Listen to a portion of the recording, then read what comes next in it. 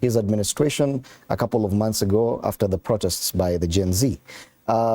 Did you feel that he got it right? Do you feel that probably, as he says, pain now, relief later?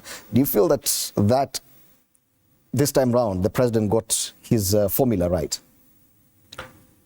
If he had gotten it right, yesterday he would not have promised us about fishing from the river, Nairobi River, because, and I pity my friend, my brother Hans, if he happens to fall for that in a few years he'll be fishing from the Nairobi River. I want to pray that we will see. He said the project commences on 1st of October.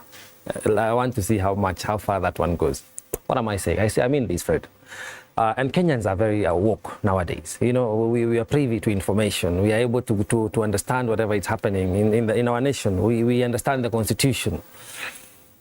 This is not the time to tell people, wait and see. Please bear with me. No, we've had 2 years of promises. We had a whole year of campaigning, and that's a platform we got elected on. But when it comes to deliverables, you've highlighted very well the 5 key pillars of the bottom-up economic transformation agenda. All of them are shaky. ICT, health, housing, all of them are shaky. And a house built on shaky ground is bound to collapse. This is what we're experiencing right now.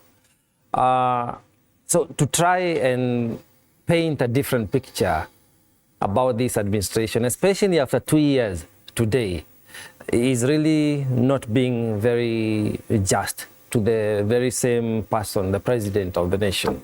Because if we don't tell him the truth, we are not helping him, we are not helping ourselves. Nope. If we don't speak the truth, then we are laying a foundation for continuous errors for the next maybe 3 years, if this administration will last that long. If the president had gotten the message from the X conversation, from the Gen Z revolution that is still on, we would have seen a lot of changes now.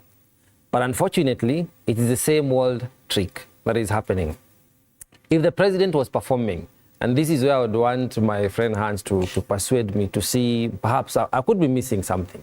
But if the president was performing, Kenyans would not have called him to come for a conversation. You know, it took killings, it took protests, it took occupying parliament, it took Ruto Must Go for him to start listening. But he has remained tone deaf, you know. And unfortunately, as my fellow panelist said, she said that people are more driven by, and also Steve echoed that, by what they're able to gain.